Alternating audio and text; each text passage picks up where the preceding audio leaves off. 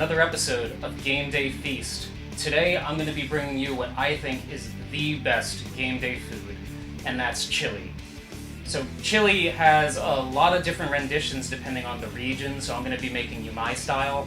But there's some sides that are going to go along with it that we're going to actually start with first. And the first is being a pickled red onion. So I have a small pot here on the stove, and we're going to put that up to medium-high heat. And we're going to take some vinegar. And we want to add enough vinegar to the pot to bring it about halfway up. And we want to bring that up to a simmer. Right? You don't really have to cook the onion itself for the pickle. This is what I refer to as a quickle. But we're going to give it just a tiny bit of cook. And we're doing this before we start the chili because we want to give the onion enough time to pickle as well. So, we take half of our onion, we're going to take that peel off, and then it's up to you. I like to leave it in slices. Some people prefer to have it diced. You can also use the raw red onion on top of the chili, which I also enjoy. I'm going to put that there. So, we're going to take nice 1/4 inch slices, right? This is a quick pickle. And we're going to take enough to feed everybody that might be coming over. So, the idea here then is that the pickled onion is going to give a little bit of acidity on top of the chili because it's going to be so hearty and so rich. We want to make sure that we're cutting that and keeping it interesting from bite to bite. And the onions will certainly do that. We're going to take these and drop them right into the vinegar. And then you want to check and make sure that the vinegar is still covering the onion, which it is. And we're going to add just a little bit of seasoning here. So I have about, probably a little bit less than 1/4 cup of sugar. And then we're going to add about an equal amount of salt. And then I like to take a little bit of garlic. Just smash that up. We're not going to eat the garlic, it's for flavor. So we smash, it's broken up, we're going to toss that right in. And I'm going to throw in 2 cloves. And that'll add a little bit of complexity to the pickle as well. So that's rolling. And we're going to clear down here a little bit, and we're going to get this chili going. So I have my Dutch oven here, and if you don't own a Dutch oven, it is my favorite piece of cooking equipment that I own. And I highly recommend that you invest in one. It does a great job of retaining heat. We're going to fire this up at about medium-high heat. And we're going to start building my idea of the perfect chili. And that begins with the Trinity, the Cajun Trinity anyway. So we're just going to take the ends off of the celery here. I've already washed this down. And now chili cooks for a long time. So we don't need to worry about cutting everything really finely, but you do want to make sure you're keeping in mind that this is all supposed to fit on a fork or a spoon, so you don't want pieces that are too big. So I have my celery stalks. I'm just going to slice them in half. We're going to bunch them up. And chop them up. In this particular chili, or the Cajun Trinity, mainly because carrots, I feel like they get lost a little bit. They're really good in a tomato sauce if you're making like an Italian tomato sauce and using that Holy Trinity.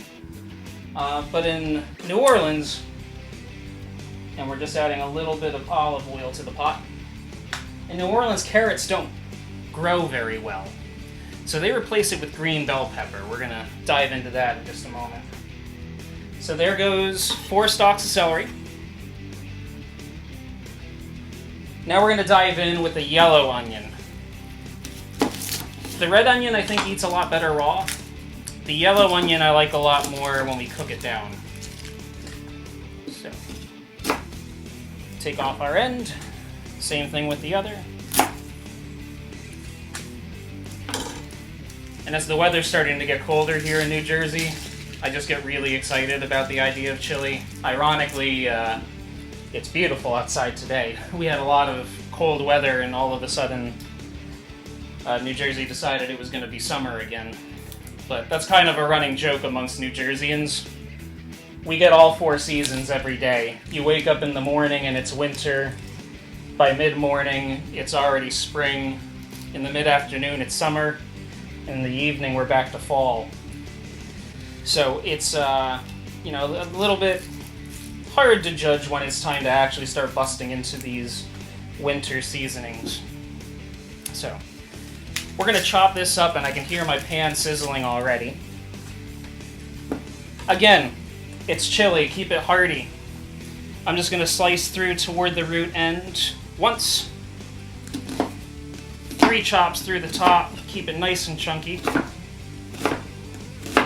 And we're breaking this down nice and quickly.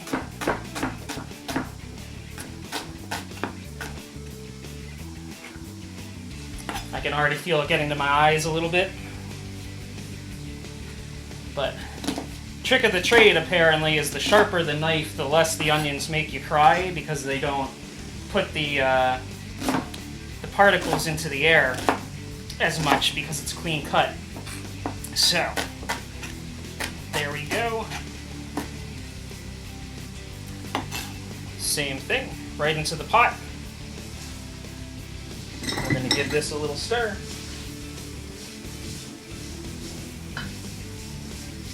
And I'll give you guys a look in the pot in just a moment. First, we're going to add that bell pepper.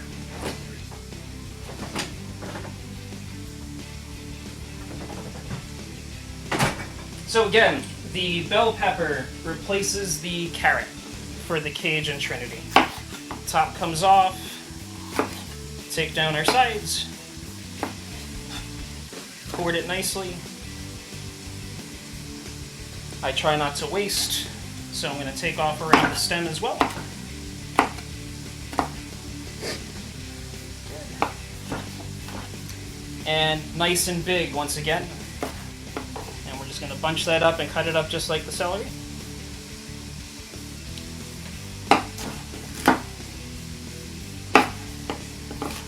Alright, so now that we have the base of this chili going,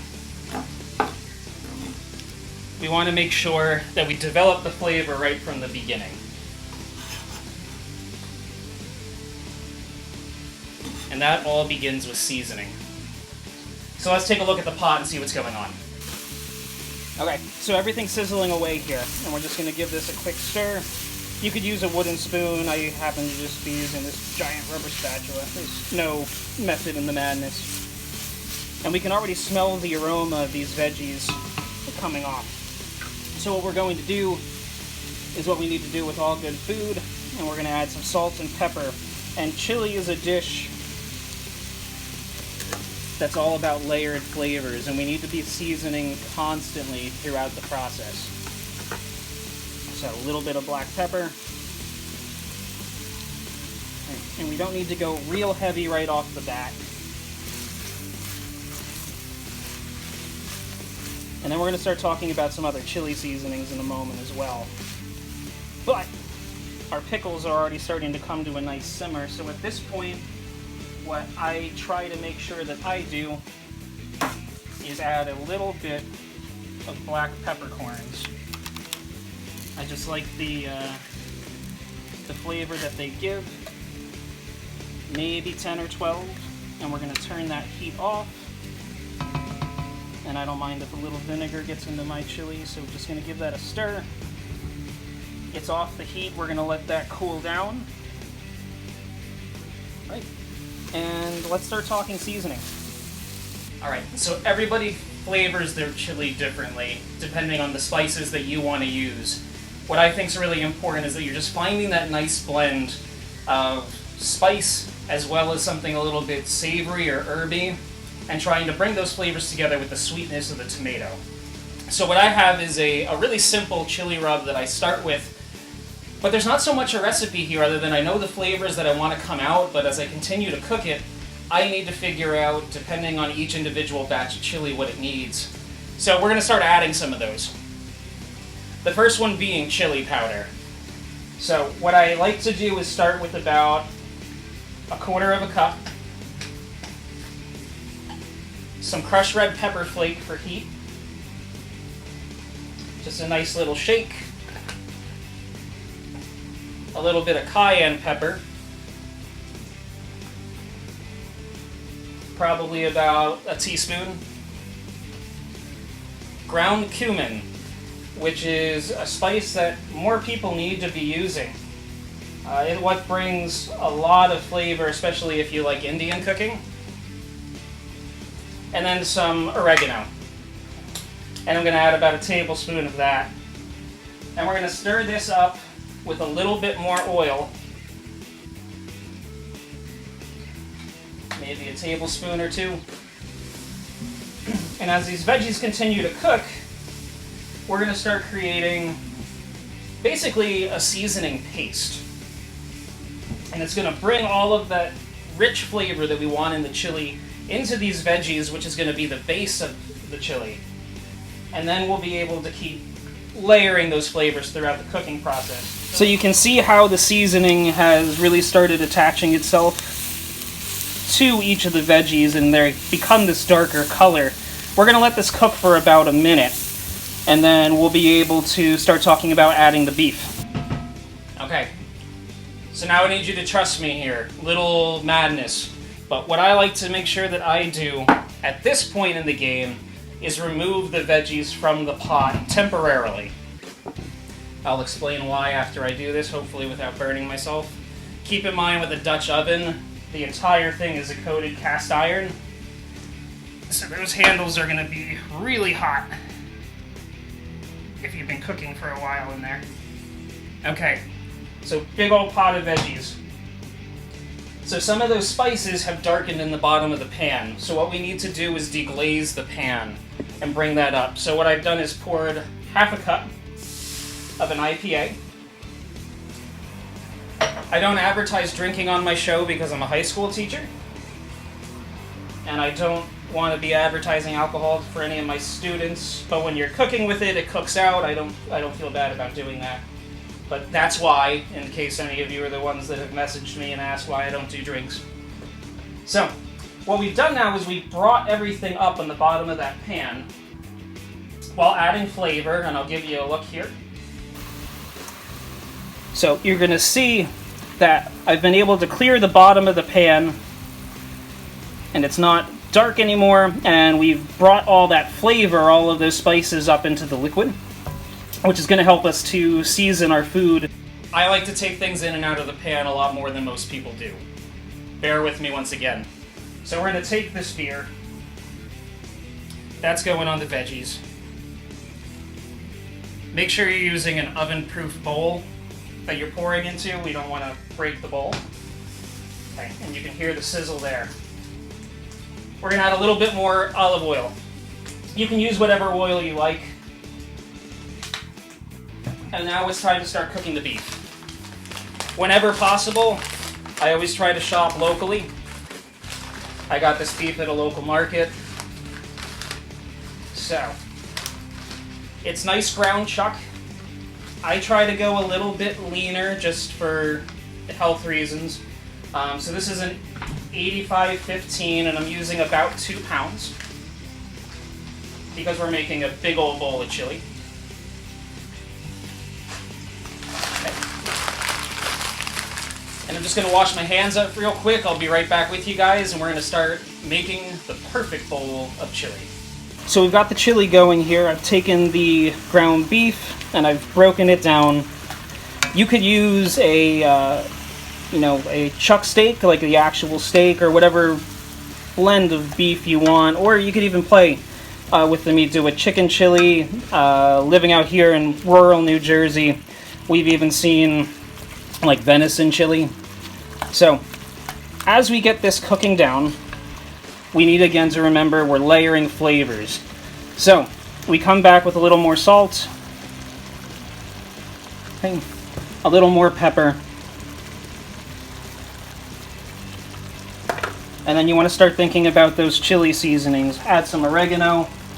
And again, I don't think of chili as a science necessarily. Little cumin.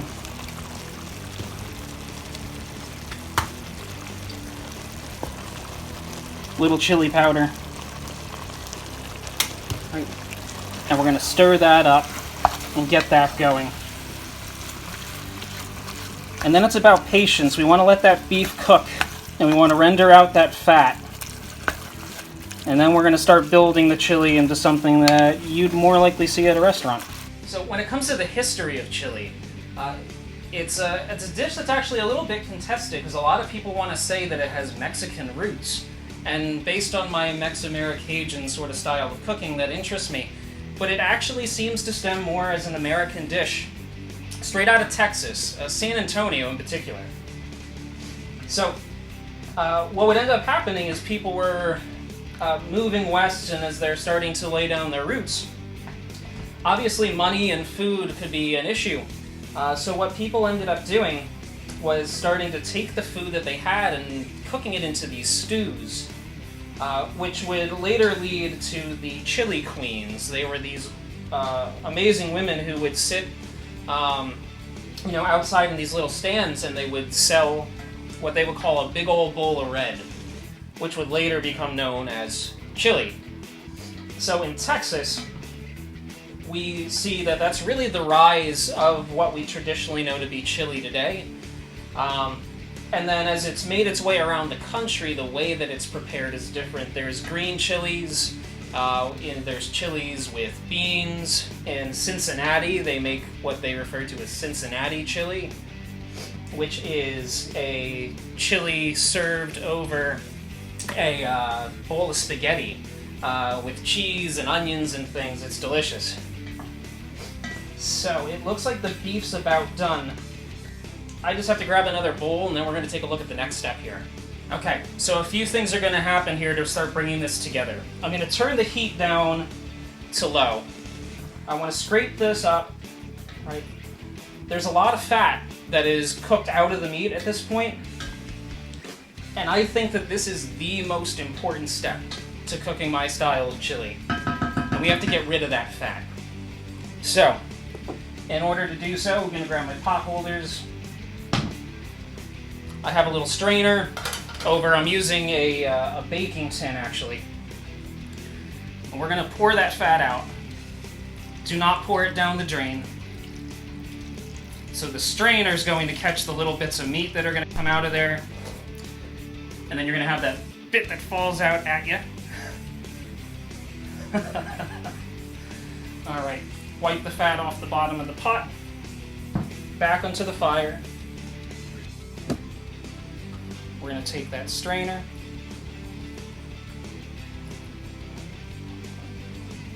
add the meat back in, and now we're going to take the veggies that we cooked down earlier.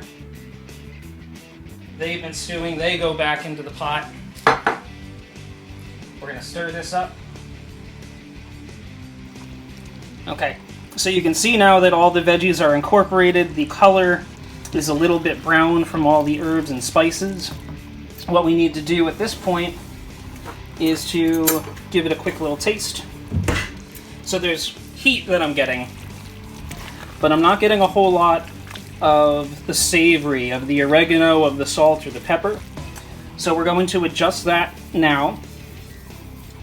So there we go. And I know it looks like a lot of salt, but it's for an entire pot of chili. Just a little bit of black pepper. And now we make a chili. So we're going to take our canned tomatoes. I like to use crushed tomatoes. I ended up being able to find, due to the pandemic and whatnot, Italian flavored ones. So that's gonna, you want to keep in mind it's gonna have thyme and basil and oregano in there, so that's going to add to the flavor as well. And we're going to start to stir this up, and you can see how the beer that we used earlier is starting to mix with the tomatoes, and it's really starting to look like chili. So now the worst part is we need to be patient, we need to let this cook. So now we have to do a few more things to get this party going. One of them is, it looks like the onions have mostly cooled off, so we're going to take them, put them into an oven-safe bowl. And they're already starting to change color, the red from the skin. And now as we're going through these next few steps, it's really, really important that we keep an eye on the chili. When you're cooking in a Dutch oven like this and we have such a thick stew, it could be really easy for it to burn to the bottom of the pot. So you need to stir it and really run the spatula across the bottom of the pot to make sure that we're not ruining the pan or scalding the chili. So now it comes to something a little less traditional, and that's mango salsa. And my family and friends love my mango salsa. The irony is, I don't like mangoes. But I was watching TV and reading some recipes and that, and I was seeing a lot of recipes about using a mango salsa, and thinking I like those sorts of flavors as a whole. I'm gonna make some. So we take off the two ends, and then we run the knife down around the pit, right? And it has a flat, wide pit inside of it. We can shave off a little bit of the extra. So you can't eat the skin. So what we're going to do is take the knife, and we're just going to slide it up underneath the skin. You can use a paring knife for this. I just really like my chef's knife. And I can hear my chili bubbling behind me a little bit.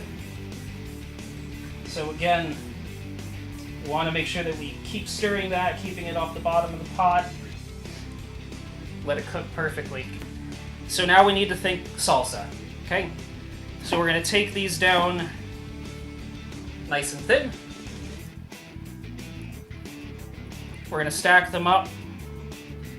We're going to slice them in half again. We're going to turn. And we're going to dice, so that we get these nice little bite-sized pieces. So I'm going to finish chopping up this mango, and then I'm going to talk to you guys about the rest of the salsa recipe. Alright, so I finished up with the mango, and I took a small green bell pepper. I threw it in the bowl. I figure you guys watched me chop enough vegetables. We're going to add just a little bit of the red onion.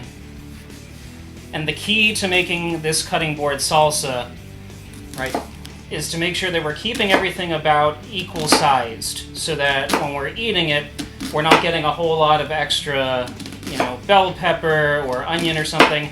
If anything, you want the mango to be a little bit bigger since it's a mango salsa. Nice fine dice. And I do think that red onion works better for a salsa. Just eats better raw. We're going to add that in. We're going to give this a stir. And we get the yellow popping with the green, popping with that purpley red. Apparently ejecting some mango out of the bowl. Okay. And now we're going to hit it with a little bit of fresh cilantro. Not everybody likes cilantro. You don't want to cut this real hard either. Don't dig the knife in. It can bruise. So when it comes to cilantro, there's actually a genetic disposition that for some people it tastes like soap. So be nice to your friends if they say, I don't like cilantro. They might actually not be able to like it. Or maybe you like it because it tastes like soap. In which case, you're a better person than I am. We're going to take a whole lime. We're going to juice that in there. So the only thing that I'm doing different than when I'm regularly making mango salsa for a party is I'm not putting in jalapeno. And that's only because of the chili and how much spice we're going to be adding there. So I think that this is going to be more of a way to kind of cool down the palate. So we got that whole lime in there. We're going to give that a little stir. And now to help the acidity of the citrus as well as the sweetness of the mango pop, believe it or not, we need to add a little salt. And that's going to make it sing. So it just reacts really nicely. Not too much. And now we have to let this marinate as well. So if you've noticed, there's kind of a theme to today's show. It's slow and low cooking without the barbecue.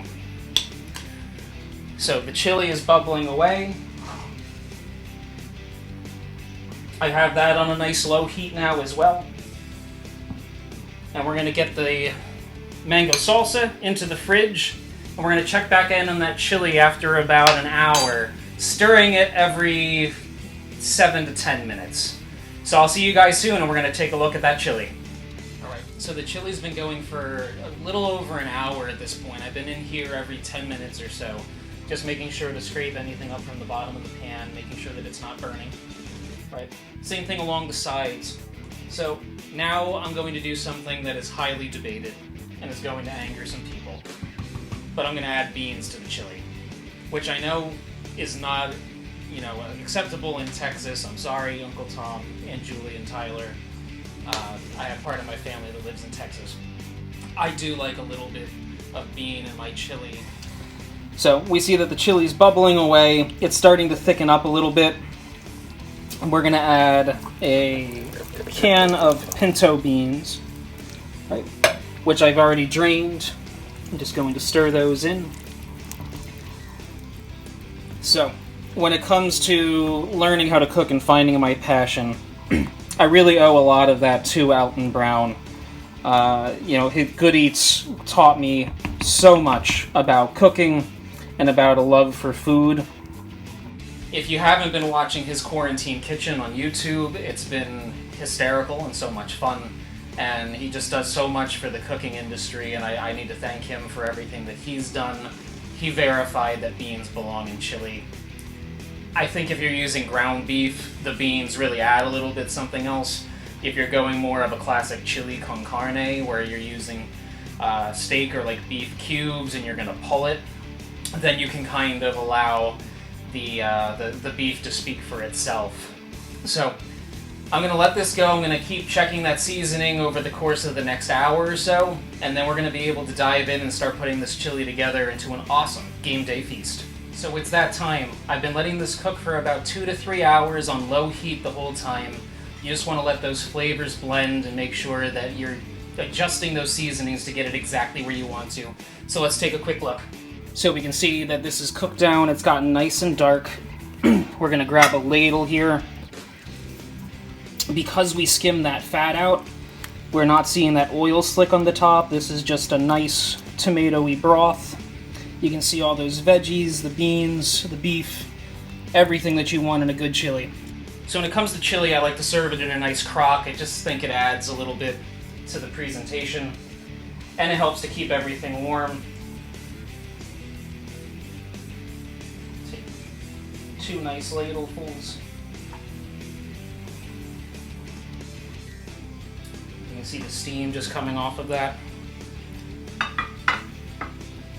So now with the salsa, we've let it sit and marinate. We're going to hit it with a little lime juice right at the end before we serve. So we'll add another half of a lime there.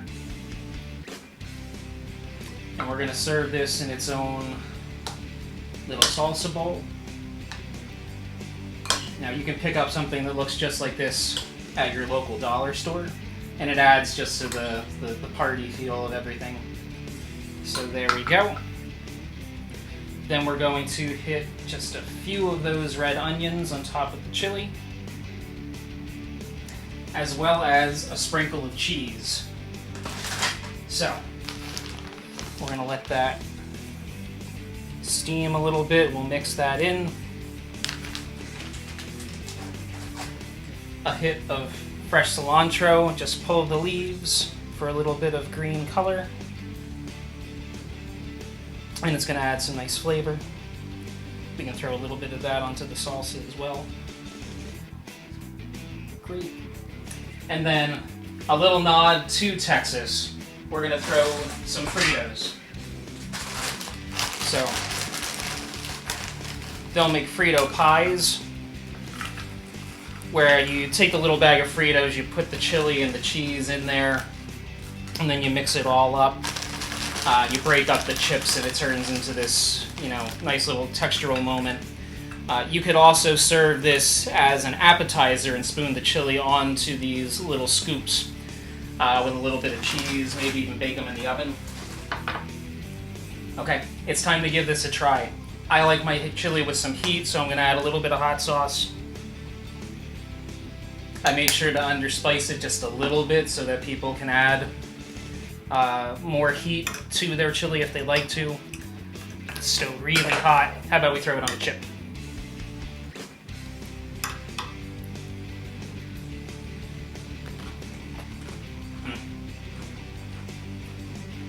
So it's a little bit smoky from some of the spices that we threw in there. It's not heavy though, because we drained all of that fat out of there. The chip brings a little bit of the salt. If we take a little bit of that salsa as well, it's going to add some nice acidity.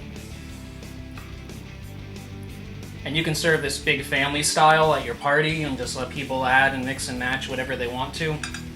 And let's make sure we get a little taste of that pickled onion.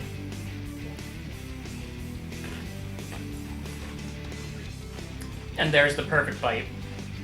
We have the sweet from the mango, we have the acidity from the vinegar, from the pickled onion, salty from the chip, and that hearty savoriness from the chili. I hope you guys enjoyed this episode. If you did, make sure to like the video, subscribe to my channel, and follow me on Instagram, as well as Twitter and Facebook. And remember, as long as you have great ingredients and great company, you can always have an amazing game day feast.